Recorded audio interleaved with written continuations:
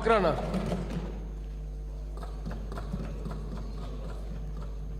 माननीय अध्यक्ष महोदय, वैसे तो मैं एक बार निर्दलीय जीत गया, आते आते 20 साल बीत गया। मैं गीत गद्दे या शायद एलो नहीं है पद्दे हैं।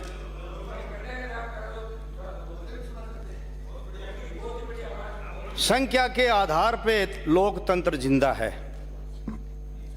संख्या के आधार पर लोकतंत्र जिंदा है। संख्या की कमी को देखकर रूपा शर्मिंदा है। भारत माँ के सच्चे लाल, लेकिन 5वें दिन सदन का ये है हाल। वैसे सारे 200 भारत माँ के है सदन लाल। मैं माननीय अध्यक्ष महोदय बिंदुवार नहीं बोलकर सार गर्भित बात बोलने की कोशिश करूंगा, क्योंकि जब बोलते बोलते थोड़ा वक्त देर से मिलता है तो जिस बिंदु पर हम तैयारी करते हैं हमारे कुछ माननीय सदस्य बोल देते हैं, और मुझे इस बात को लेकर मैं चिंतित रहता हूं कि बोली हुई बात को, कही हुई बात को दोबारा कहे तो शायद हम सदन का समय जाया करते हैं। मैं थोड़ी सी एक भूमिका बनाऊंगा। What is our life, what is the aim of our life. Don't worry, I am not graduate, but when I am going to speak nobody believe about my education. I am only double E. Once I asked a gentleman, sir, what is your qualification? Then he told me, I am double MA. And after some time, he told me, sir, what is your qualification? Then I replied, oh, don't worry, you are double MA and I am double E. He asked, what is the definition of double E? Sir, I didn't pass one time 11, so I tried second time. आप double MA, मैं double E में हूँ. There is no more difference. जीवन क्या है? अभी तो शुरू हुआ हूँ। जीवन क्या है? जीवन की मान्यताएं क्या है? जीवन जीने का आधार क्या है? राम और राज। एक मनुष्य का जीवन राम और राज के आधार पर चलता है। कभी राम कोई किसी का, वो मारवाड़ी बोलना मना है नहीं, यहां किसी का राम अगर रूठ जाता है तो राज से आशाएं रखी जाती है। मैं कोशिश करूंगा, मैं माननीय अध्यक्ष महोदय, मैं एक अनुशासित विधायक हूं। 5 दिन में पहले कभी नहीं बोला हूं। बीच में उठने वाले हमारा समय खराब कर देते हैं। या तो इनको पाबंद करो या हमको भी बीच में बोलने के लिए रजामंद करो। यहां भी जो अनुशासित है, सच्चे और अच्छे हैं, उनका हक मारा जाता है। मैंने कभी जीवन में, पुलिस ने मेरा चालान नहीं किया। बेल्ट रखता हूं, हेलमेट रखता हूं। हम जिम्मेदार हैं। हमारी जिम्मेदारी इसी से लोगों को पता लगता है, चाहे शहर है, चाहे गांव हो, चाहे सड़कें हों, हमें जिम्मेदार रहना चाहिए। मैं माननीय अध्यक्ष महोदय जीवन के आधार पर राम और राज को मानता हूं। राम किसी का रूठ जाता है। माननीय अध्यक्ष महोदय, राम के किए गए कार्य को हम मनुष्य प्रभावित नहीं कर पाते हैं। राम के दिए गए परिणाम को भी हमें भुगतना पड़ता है। लेकिन लोकतंत्र में कितनी महान व्यवस्था है मनुष्य के लिए। अगर राज हमारे अनुकूल नहीं है, राज जनहित के अनुकूल नहीं है, तो हम हमारे मता द्वारा, हमारे बोर्ड द्वारा राज को बदल देते हैं। इसलिए लोकतंत्र महान है। जीवन की सार्थकता के बारे में मैंने लिखा है, शास्त्रों में दर्शाया गया है, धर्मों में दर्शाया गया है, जीवन सफल हो, सार्थक हो, स्वर्ग हो। मैंने अभी माननीय मुख्यमंत्री जी नहीं है, एक बार मैं 94 में यूनिवर्सिटी में कह रहा था, तो किसी बच्चे ने कहा नेता चोर होते हैं। तो मैंने कहा इस तरह के झूठे शोर होते हैं। मेरे गट की मैं जानूं या फिर मेरा रब जाने, हमको चोर कहने वाले खुद पागल, तू मेरे मन की कब जाने। मैं ये बात कह रहा हूं कि मैंने सोचा कि जीवन सार्थक कैसे करें। हम जाए यहां से तो स्वर्ग में कैसे जाए। स्वर्ग हमारे शास्त्रों में, धर्मों में दर्शाया गया है। माननीय अध्यक्ष महोदय, मैंने बहुत चिंतन किया। साधु संत ऋषि मुनि ज्ञानी ज्ञानी तपस्वी और योगी और धनवान भी एक अच्छे और सच्चे राजनीतिज्ञ के सामने बहुत छोटे कद के लगते हैं। एक सच्चा और अच्छा जनप्रतिनिधि भगवान से बड़ा होता है, देवताओं से बड़ा होता है। एक अच्छे और सच्चे मुख्यमंत्री की वजह से, मुख्यमंत्री जी की वजह से 7 करोड़ लोगों का भला होता है। 7 करोड़ लोगों के हित की योजना बनाई जाती है। मैं पैसे वाला हूं, किसी को 2 रुपए सैकड़े में दे दूंगा, किसी को ज्ञान दे दूंगा, किसी को भाषण दे दूंगा। वैसे तो हम माननीय विधायकों ने दिया ही दिया है। लिया क्या है? आश्वासन दिया है, विश्वास दिया है। किसी ने कभी कभी झांसा दिया है, कभी ने किसी ने धोखा दिया। हमने तो दिया ही दिया। लिया क्या जनता से? तो मैं जो कह रहा हूं, अगर स्वर्ग में जाना है, जीवन को सफल बनाना है, मैं तो सच कह रहा हूं। मैं जो कहूंगा सच कहूंगा, क्यों मैंने प्रतिज्ञा ली है, मैंने शपथ ली है। आप राजनीति के माध्यम से इस दुनिया में अच्छे कर्म करके स्वर्ग में जा सकते हैं। राजनीति एक साधना है। लोकतंत्र के माध्यम से राजनीति साधना है, आराधना है, तपस्या है। स्वर्ग का मार्ग यही है। इसलिए मेरा मानना है कि हम जनप्रतिनिधि अपने आप को, आपके उठने से हम घबरा जाते हैं। अब विधानसभा की कार्रवाई देखने के बाद में मैं आज 5वें दिन बोल रहा हूं। लाया तो बहुत था, लेकिन थोड़ा मुंह खोल रहा हूं, क्योंकि ये भी है मैं अनुशासित हूं। आप ये कहोगे ना बैठ जा, उससे पहले बैठ जाऊंगा। अरे मैं तो कहूँ आप तो खांका रखो, जब तक बैठ जाऊं मैं तो क्या समझ गया कोई इशारा नहीं आएगी है। तो अगर किसी को खांसी हो तो कृपया शांत रहे। मैंने यहां की कार्रवाई देखी है, एक दूसरे पर दोषारोपण। प्रजातंत्र या लोकतंत्र में बहुत बड़ी कमी है, वो ये है माननीय अध्यक्ष महोदय कि हमने पार्टियों ने तय कर लिया कि चाहे कांग्रेस हो चाहे बीजेपी हो, अगर कोई अच्छा कार्य करेगा तो भी हम उसके पक्ष में नहीं बोलेंगे। ये प्रजातंत्र में जनहित में नहीं है। क्या कभी आप लोगों ने या कांग्रेस ने अच्छे काम नहीं किए? क्या बीजेपी ने नहीं किए? कभी नहीं निकलता। इसका अर्थ यही है, एक दूसरे पर दोष देते हैं। जो आपने किया वही हमने किया, जो हमने किया वही आपने किया। जब भी मिला मौका खूब खाया खूब पिया। जो आपने किया वही हमने किया। जब खुद को बेगुनाह साबित करने का आया मौका, पूरा दोष एक दूसरे पर मढ़ दिया। जो आपने किया वो हमने किया। कभी खाने के लिए हमने दांत घिस लिए, कभी खाने के लिए हमने दांत घिस लिए, कभी खाने के लिए आपने दांत घिस लिए। इस दांतों की एक्सरसाइज में हमारे दांत तो मजबूत हो गए, लेकिन गरीब नागरिक और भी गरीबी से पिस लिए। यह जीवन का सार आ रहा है। जीवन मिले न मिले, मैं तो यहां तक कहता हूं, हम सबको, हम रहे न रहे खुशबू हमारी रहा करेगी। लोग कहें न कहें ये जमी तो कुछ कहा करेगी। जमी बोलती है आदमी के जाने के बाद, आदमी तो सिर्फ बोलता है आदमी के आने के बाद। बाहर भी आएंगे पतझड़ के जाने के बाद, कभी हम भी याद आएंगे जमाने से जाने के बाद, कभी हम भी याद आएंगे जमाने से जाने के बाद। माननीय अध्यक्ष महोदय, मैं सारांश ही बोल देता हूं, सार ही बोल देता हूं। मैंने कुछ लिखा है, ए देश के नेताओं मत लूटो मेरे देश को, ए देश के नेताओं मत लूटो मेरे देश को, मत बदनाम करो खादी के भेष को।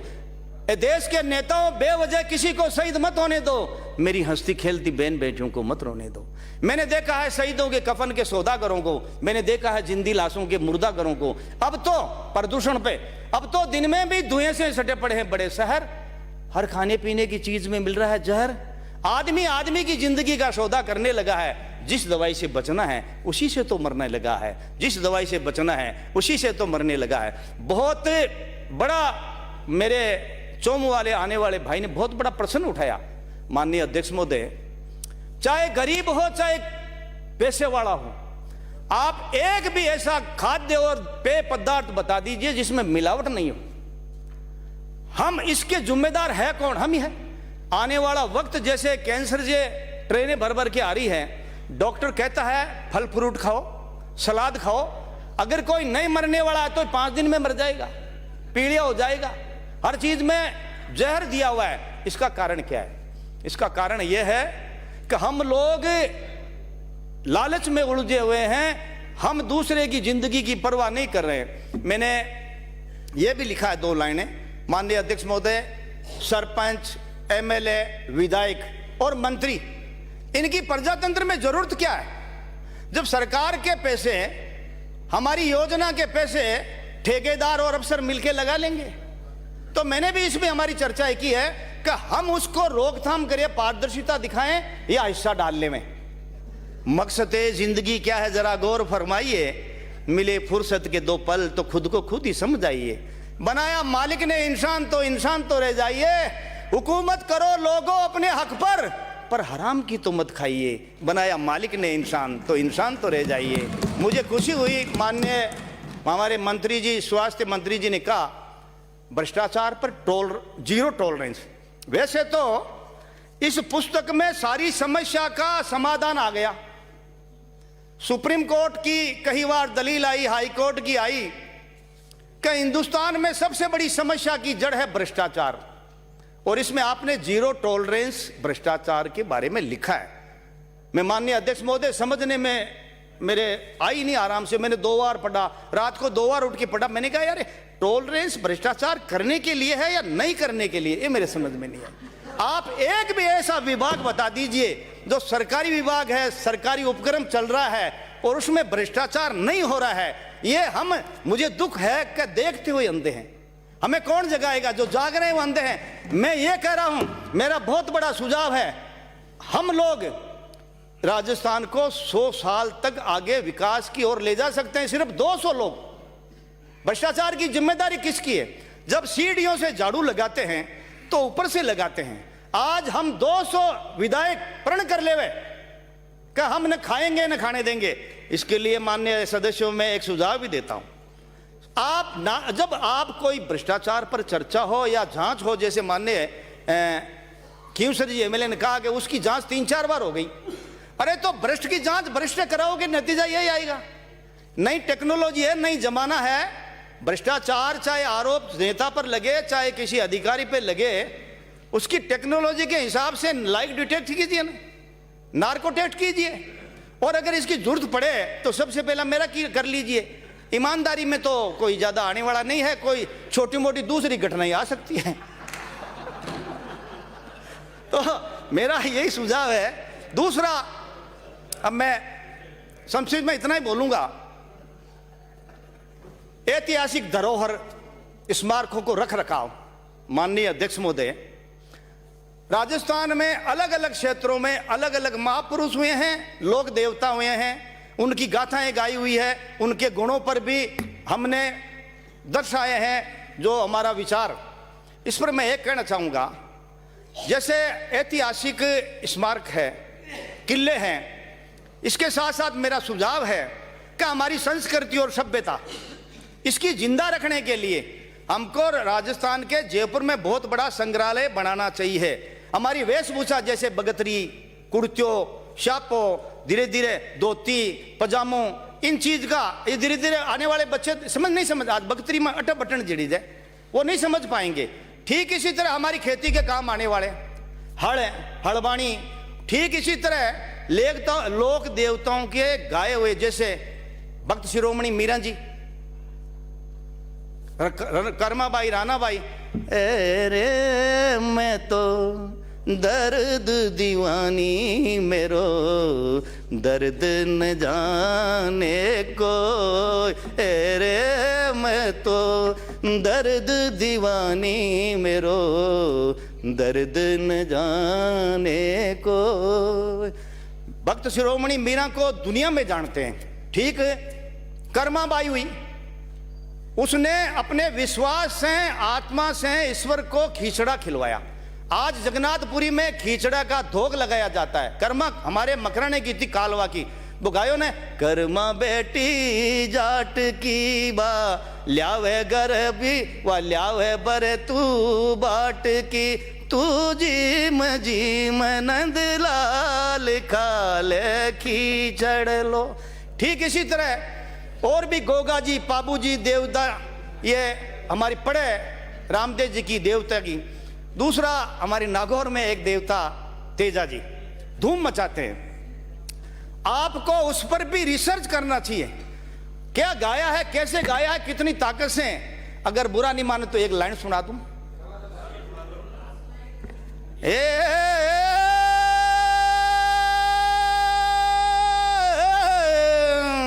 अरे ना गौरी तू सूरावो धरतीरा अवतारी वो सतवंती तू राजावो अरे लीलन रा असवारी हो हे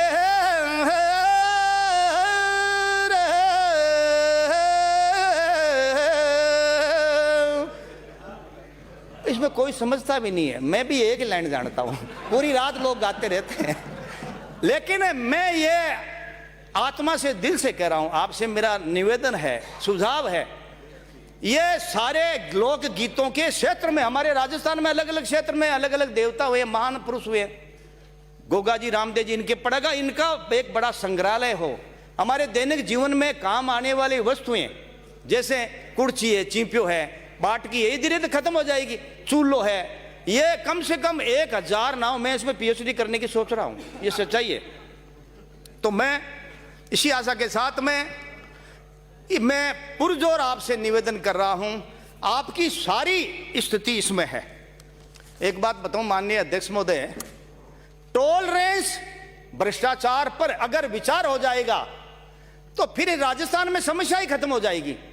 लोग कहते हैं हमने इतना खर्च कर दिया, हमने इतना बजट दिया, ये नहीं कहते हमने खा कितना लिया है। एक माननीय हमारे अध्यक्ष जी कह रहे थे, सॉरी मंत्री जी पहले वाले कह रहे थे हमने स्कूल बनाए, सड़क बनाई, अस्पताल बनाए, तो मैंने कहा हो सकता है इस जनता को देखो, इसने कहीं ऐसे सड़क छाप को एमएलए को और मंत्री बना दिया और वो करें हमने सड़क बनाई, पैसे आपके थे, लाए कितने हैं। जिस दिन, मैं तो ये कह रहा हूं ये जीवन दोबारा नहीं आएगा, इसी जीवन में जो कुछ करना है कर लो। हो सकता है मेरी बातें सुनकर कुछ मुझे पागल घोषित कर दे, क्योंकि जो जमाने में ज्यादा जो जिनकी आत्मीयता ईश्वर से रही है वो पागलों जैसी हरकत करते हैं।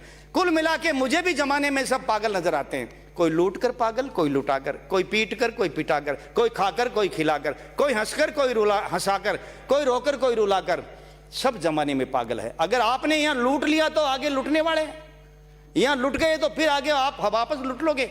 या तो ईश्वर पर पूर्ण विश्वास हटा लें हम, या आस्तिक बन के जिए। Now sir, I am 65 years old, I am regular of football player, nobody believe about my games when I am going to play football in my ground। जातवाद की बात करते हो, मेरी फुटबॉल टीम में 45 साल से चला रहा हूं, सारे अल्पसंख्यक है, मैं और मेरा भाई को छोड़ के। मेरे बेटी का नाम बिस्मिल्ला है, सबसे नजदीक दोस्त मेरा मुसलमान है। फिर भी मैं कह रहा हूं, ए देश के नेताओं, ए देश के नेताओं, मातृभूमि का ध्यान रखो। उसी देश उसी का है जो मातृभूमि का प्यार करता है। तो मैं अध्यक्ष महोदय, दूसरा किसानों के बारे में 2 मिनट बोलूं। कितना बहुत ही एक महत्वपूर्ण मुद्दा है। किसानों की समस्या का समाधान तभी हो सकता है जब 200-300 बीघा जमीन लेकर 5 आदमियों की मीटिंग या कमेटी गठित हो जाती है। आज हिंदुस्तान में धीरे धीरे किसान, मैं तो किसान हूं, मुझे 5 पैसे मिले हुए हैं, गाड़ी ढंग की लाता हूं मैं। तो तुलना करते हैं कि रूप जी किसान है, मैं किसान कहां से हूं, मैं तो पत्थर का व्यापार करता हूं। किसानों की मैं आत्मा से कह रहा हूं, इस देश का किसान जब टूट जाएगा तो ईश्वर हमसे रूठ जाएगा। बिजली के बारे में इतना ही कहता हूं, एक किसान जब बिजली पैदा करता है या किसान जब फसल पैदा करता है और बिजली के तार को बिना कनेक्शन जोड़कर मोटर चला के अपने बच्चों को पालता है, इस देश को पालता है, उसको चोर मत कहिए माननीय अध्यक्ष महोदय।